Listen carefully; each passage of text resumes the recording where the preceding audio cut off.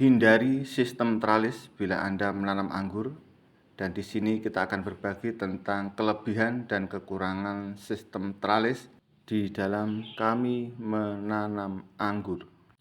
Assalamualaikum warahmatullahi wabarakatuh. Selamat berjumpa sahabat pengangguran dimanapun Anda berada. Bersama Musa Jafam kita berjumpa kembali, dan di kesempatan kali ini kita akan berbagi tentang pengalaman kami menanam anggur sistem tralis. Dan baiklah teman-teman dimanapun Anda berada, semoga selalu sehat, waras, kuat, lancar ibadah dan rezekinya dengan ridho dan hidayah Allah subhanahu wa ta'ala. Amin ya rabbal alamin. Teman-teman, di kesempatan kali ini kita akan berbagi tentang pengalaman kami menanam anggur dengan sistem tralis. Namun di kali ini kita akan berbagi tentang keadaan perkembangan anggur kami seperti ini yang kita tanam, anggur varian Donetski. Kita buat sistem tabu lampot, agak melorot terkena hujan yang sangat deras. Dan ini anggur varian Donetski juga yang patah batang primernya dengan tidak sengaja. Kita biarkan dulu, sangat subur. Dan juga varian Everest, perkembangannya luar biasa, sangat vigor, terkena hujan. Semalam diguyur hujan teman-teman. Ini juga varian Everest yang dulu sangat panjang sekali, sudah 3 meteran lebih. Kita pangkas di sini 3 meter lebih, melampaui teman-temannya pada usia yang sama. Ternyata varian Everest sangat vigor, meninggalkan teman-temannya, dan ini kita pangkas karena kita baru membentuk pengakaran teman-teman. Ini 2 tabu lampot kita pangkas batang primernya. Kita akan memilih tunas sebagai batang primer kembali, dan di kesempatan ini kita akan pembentukan akar dulu. Kita suburkan akarnya biar kita pindah ke tanah langsung subur. Dan ini adalah varian Jupiter juga teman-teman, sangat vigor. Dan sekarang baiklah kita akan ke greenhouse. Kita akan berbagi tentang pengalaman kita menanam anggur sistem tralis. Ini keadaannya teman-teman, sistem tralis di greenhouse kami seperti ini.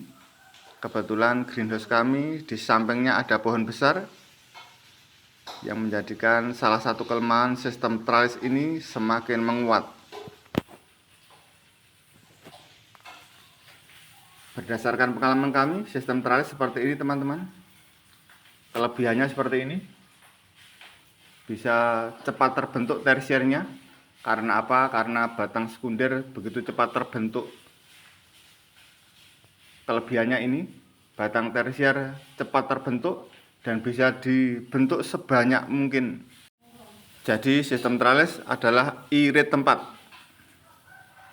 bisa ngirit lokasi teman-teman, sesempit apapun bisa dilakukan. Dan ini kita pangkas, bisa kita buahkan di sini teman-teman, bisa cepat dibuahkan dan bisa dibuahkan secara bertingkat seperti ini. Kita pangkas, berbuah, dan kita pangkas lagi, berbuah di sini.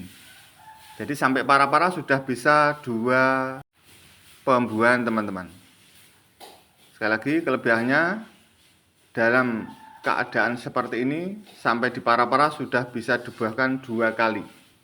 Bahkan bisa dibuat bertingkat seperti ini. Kita buahkan 1 di sini dan 1 di atas. Jadi dalam 1 musim bisa 2 pembuahan. Namun kelemahannya ini teman-teman, karena terlalu dekat dengan tanah seperti ini. Ini adalah kelemahannya, terlalu dekat dengan tanah, sehingga dapat mempengaruhi kelembapannya. Di tanah ini langsung bisa mengenai kelembapannya, menyebar ke atas. Bila ada jamur yang mengenai batang maupun akar, maka akan mudah sekali sampai di batang sekunder dan daun-daunnya. Kelemahannya ini, kalau lembab di bawah langsung bisa mengenai ke atasnya.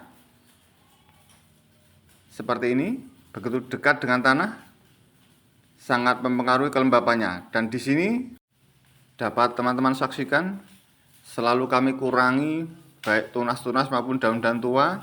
Karena apa? Sistem tralis ini juga kelembapannya harus selalu terjaga. Di sini kita sering memangkas karena apa? Sirkulasi udara dan sinar matahari bisa leluasa dan mengenai tiap-tiap daun. Harapan kita begitu. Dengan pemangkasan, sirkulasi udara dan sinar matahari bisa selalu terkendali sehingga tiap-tiap daun bisa selalu mendapatkan sinar matahari. Jadi kelemahannya itu teman-teman, di samping terlalu lembab di bawah, sehingga bila akar maupun batang terkena jamur bisa langsung mengenai batang sekunder dan daunnya. Dan kelemahan yang lain agak terkurangi sinar mataharinya. Dan yang ketiga ini teman-teman, kelembapannya harus selalu dijaga agar tidak mudah terserang jamur. Walaupun lebar-lebar subur seperti ini, tapi kita harus selalu mengontrol, mengurangi daun-daun tunasnya agar tidak terlalu lembab, sehingga tidak mudah terserang jamur. Demikian yang bisa kita sampaikan pada kesempatan kali ini tentang kelebihan dan kekurangan sistem tralis. Semoga bisa bermanfaat bagi kita semua, dan bila dalam menyampaikan video ini banyak kurang dan kesalahan, kami mohon maaf yang sebesar-besarnya. Wassalamualaikum warahmatullahi wabarakatuh.